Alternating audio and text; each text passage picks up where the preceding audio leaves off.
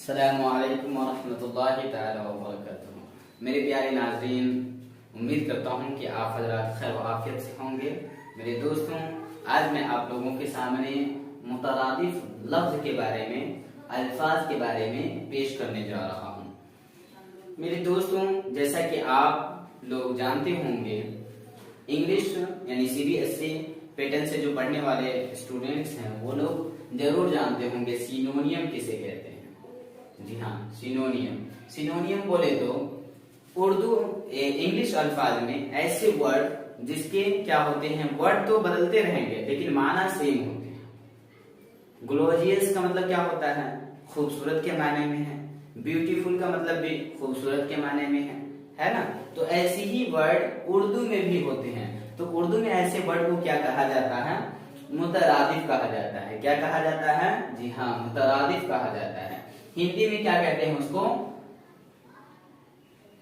ویاواچک سنکھیا، ویاواچک شبد کہا جاتا ہے۔ ٹھیک ہے، جی ہاں۔ تو اردو میں میں آپ لوگوں کو بتانے کی کوشش کر رہا ہوں مترادف الفاظ، مترادف لفظ کسے کہتے ہیں۔ جی ٹھیک ہے، مترادف لفظ اسے کہتے ہیں جس کے ورڈ بدلتے ہوں گے لیکن معنی اس کا سیم ہی ہوگا۔ مثال کے طور پہ آپ کو میں بتاتا ہوں، درد کا مطلب کیا ہے؟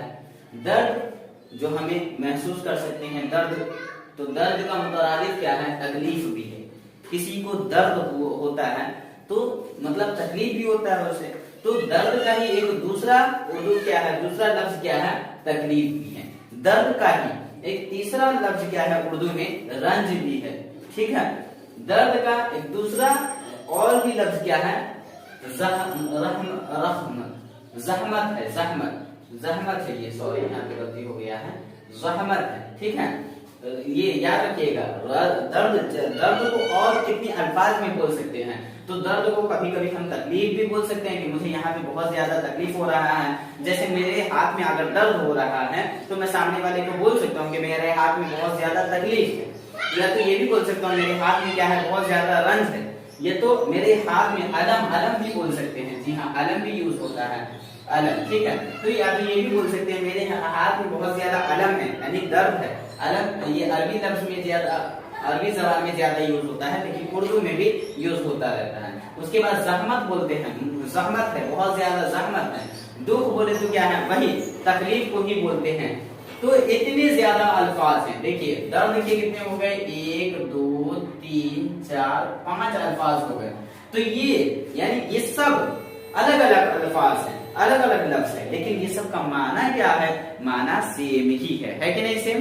جی ہاں، معنی کیا ہے سب کا؟ معنی درد ہے، پین ہے۔ ٹھیک ہے، تو ایسے الفاظ ہو یعنی تکلیف، رنج، زحمت، دکھ یا تو علم، یہ سب جو الفاظ، اتنے الفاظ آئے ہیں درد کا، یہ سب الفاظوں کو کیا کہا جائے گا؟ جی ہاں، مترادف کہا جائے گا۔ کیا کہا جائے گا؟ مترادف کہا جائے گا۔ اوکے، اب آگے دیکھتے ہیں۔ عروج کا مطلب ہوتا ہے بلندگی، یعنی میرے گاؤں میں یہ مکھیا جی کا عروج بہت ہی بڑا ہے، بہت ہی اعلیٰ ہے۔ ٹھیک ہے، تو عروج کا مطلب کیا ہوتا ہے؟